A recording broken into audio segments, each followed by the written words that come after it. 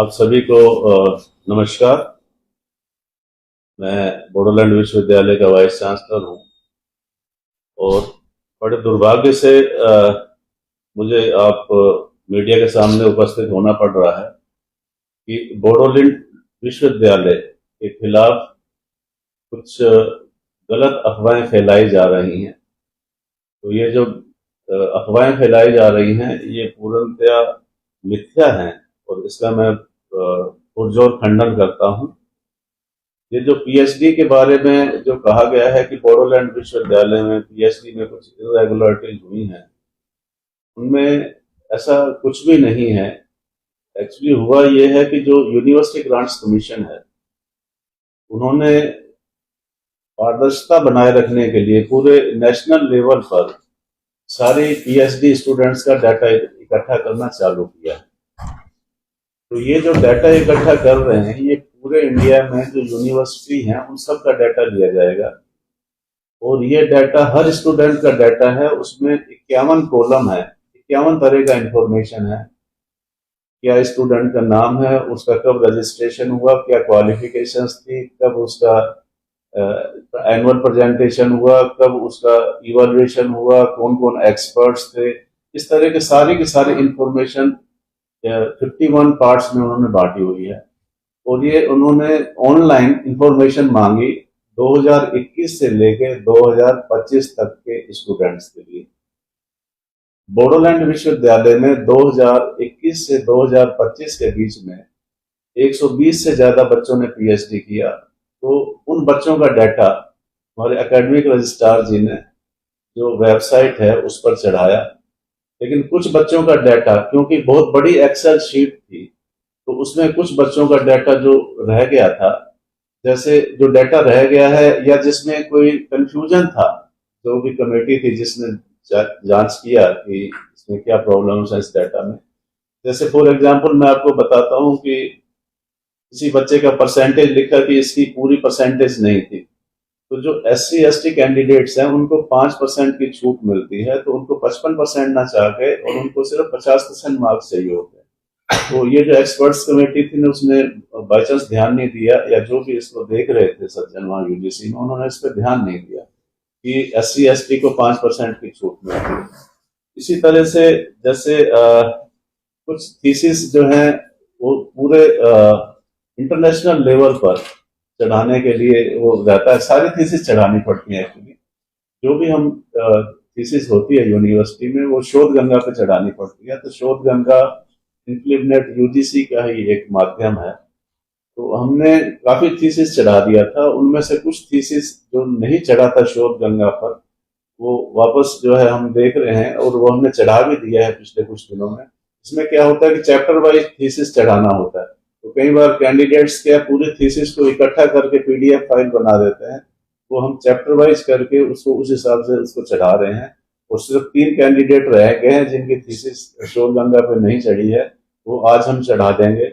और उसके बाद में है जैसे प्रोग्रेस सेमिनार का है, वो अपलोड नहीं हुआ कुछ बच्चों का, तो डिपार्टमेंट से कई बार पूरे कागज नहीं आते हैं, वो हमने ले लिए हैं और वो भी हम उस पर चढ़ा रहे हैं, क्योंकि इसमें लिंक जनरेट करना पड़ता है। लिंक जनरेट कर कागज को स्कैन करके उस पर चढ़ाना पड़ता है।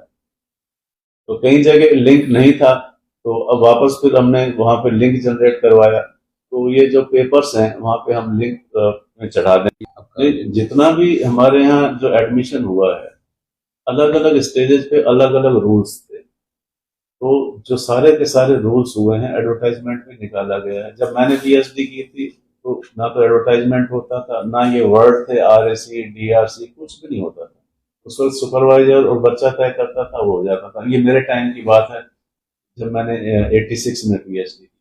अब जो है जब से ये टेस्ट चालू हुआ है तो हमने सारे के सारे टेस्ट कंडक्ट किए हैं और वो जो टेस्ट हैं वो नियमानुसार हुए हैं। और उसका कागज चढ़ाया नहीं था, उसमें लिंक बनाकर, तो हम लिंक जनरेट करके और उसका कागज चढ़ा रहे। हार्ड कॉपी भी उनको मैं भेज रहा हूँ, कोई दिक्कत नहीं है। और ये है सारे सारे सारे एडवर्टाइजमेंट है हमारे एकेडमिक रजिस्ट्रार ने निकाल दिए हैं। तो इसमें मेन कंफ्यूजन यही हुआ कि जो हमने तो ये मोटा मोटा समझा कि इनको कागज नहीं चाहिए होगा शायद, जो जो लिखना है लिख दिया उसमें, लेकिन उसने अटैचमेंट जनरेट करके वो पेपर चढ़ाना था, वो नहीं चढ़ाया हमने, तो उनको दे देंगे। ऐसा कुछ नहीं है कि हम किसी को भी उठा के और एडमिट कर लेते हैं, ऐसा असंभव है। किसी भी यूनिवर्सिटी में इस तरह का, स्टेट यूनिवर्सिटी में इस तरह का नहीं होता होगा मेरे हिसाब से।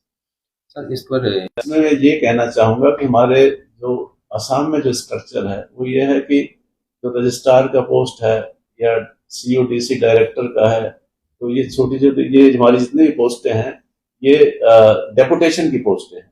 अब सपोज कोई भी टीचर किसी इंस्टीट्यूट में अगर वो पीएचडी करा रहा है या कोई मेरे यहाँ करा रहा है, वो डेपुटेशन पे साल 2 साल के लिए कहीं चला जाता है, तो वो जो कैंडिडेट होता है वो उसके साथ ही रहता है, क्योंकि वो काफी समय उस सुपरवाइजर के साथ व्यतीत कर चुका होता है। तो हम किसी भी कैंडिडेट के मतलब एकेडमिक कैरियर के साथ खिलवाड़ नहीं करते हैं। बार बार सुपरवाइजर करने से टॉपिक चेंज होता है, उससे टाइम ज्यादा लगता है। तो जो कैंडिडेट का और सुपरवाइजर का जो इंटरेक्शन है वो 200 डेज रेगुलर होना चाहिए, और उसके बाद सुविधा अनुसार कैंडिडेट और सुपरवाइजर आपस में मिलते रहते हैं और अपना काम करते हैं।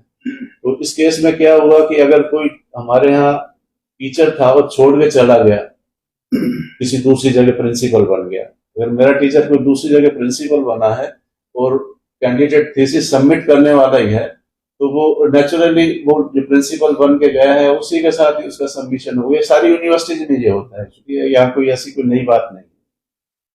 तो उसका जो हमने जो शायद किसी ने जो हमने वेबसाइट पर जो चढ़ाया होगा उसमें उसका डेजिग्नेशन प्रिंसिपल लिख दिया, लेकिन वो नहीं लिखा कि x associate professor of Bodoland university. तो वो उस वजह से वो कंफ्यूजन हो गया कि यार ये तो रजिस्ट्रार था, तो ये कैसे इसने जो है, या दूसरी पोस्ट पे था तो कैसे पीएचडी करा दी, जबकि वो सिर्फ डेपुटेशन पे था और वो हमारा एक्स ही टीचर है। तो इस तरह की छोटी छोटी समस्याएं हैं जो कि यूजीसी ने रेज की हैं, और ये सारी की सारी जो भी प्रॉब्लम्स हैं ये 2014, 15, 15, 16, जबकि यूजीसी के जो नियम थे जो 2009 में आए हैं, वो नियम में कुछ और नाम थे कमेटियों के, 2016 में आए हैं उसमें कंपोजिशन दूसरा हो जाता है, 2022 में आए हैं वो अलग कंपोजिशन होता है। अब जिसका रजिस्ट्रेशन 2010 में हुआ है सपोज, तो उस पर जो नियम लगने हैं वो 2009 वाले नियम लगने हैं, ना कि 2016 वाले। तो इसमें क्या हुआ है कि जो जिस सज्जन ने भी यूजीसी में ये देखा है, उसने जहाँ पे 2011 के नियम लगने थे वो 2016 के नियम के हिसाब से उसको पढ़ना चालू कर दिया। तो ये किसी ना किसी स्टेज पर कंफ्यूजन हुआ है, और इसी कंफ्यूजन को दूर करने के लिए मैं भी यूजीसी जाऊंगा और जो भी हमारे डॉक्यूमेंट्स हैं वो भी उनको दे आऊंगा और समझा भी आऊंगा कि कोई इस तरह का कोई कंफ्यूजन नहीं है। ये विश्वविद्यालय हमेशा छात्र हित में सर्वोपरि रहा है, और हम लोग जो है पूरी तरह से डेडिकेटेड हैं, और जो हमारे यहाँ जितना भी काम हो रहा है वो बहुत ही हाई स्टैंडर्ड का वर्क है। इवन मेरे यहाँ 2% टॉप साइंटिस्ट भी हैं, और इस तरह का शक करना, अफवाह फैलाना, उसकी मैं बहुत ही कड़े शब्दों में निंदा करता हूँ। और आप सभी से रिक्वेस्ट है कि हमारे बोडोलैंड विश्वविद्यालय पर पूरी तरह से आस्था बनाए रखें, और यहाँ ऐसा कोई भी गड़बड़ी का चांस नहीं है, और जो भी अफवाहें फैलाते हैं उनको आप अपने स्तर पर थोड़ा सा समझा दें कि इस तरह का ना छात्र हित में होता है, ना अपना इंडिया के हित में है, ना बोडोलैंड विश्वविद्यालय के हित में। धन्यवाद। 26 में हाँ, वो एक्चुअली क्या है कि कुछ कंफ्यूजन ऐसे होते हैं कि वहाँ आमने सामने ही बैठ जाएंगे। अब जैसे 2009 में कोई टीचर है 2009 के रूल्स हैं, तो अगर कोई 2016 के रूल लगा रहा है तो मैं उसको समझा के आऊंगा, भाई साहब ये दोनों रूल पढ़ो, 2009 के ये हैं, 2016 के ये हैं, 2022 के ये हैं, और किस तरह से कौन बच्चा जब रजिस्टर्ड हुआ। तो क्योंकि यहाँ बैठे बैठे कई चीजें फिर नहीं तो फिर और होगा कि इसका और बताओ, इसका और बताओ, तो वो कंफ्यूजन दूर हो जाएगा आमने सामने बैठे। तो ये है, बाकी ऐसे कोई नहीं है कि साहब कोई वाइस चांसलर को वहाँ इस तरह से कोई उसके लिए बुलाया है, या ये तो सिर्फ कंफ्यूजन दूर करने वाली बात है। इंटरफेस मीटिंग कहते हैं, इंटरफेस मीटिंग यही होती है। हमारा यूजीसी में आना जाना रहता है, इंटरफेस मीटिंग होती रहती है, जो आमने सामने बात हो जाती है, कागज साफ होते हैं तो इंटरफेस मीटिंग हो जाती है। तो ऐसे कोई सम्मान करने वाली ऐसा कोई जरूरत नहीं है, ये सिर्फ एक मीटिंग है जो कि होती रहती है वाइस चांसलर की यूजीसी के साथ, कॉमन मीटिंग होती है।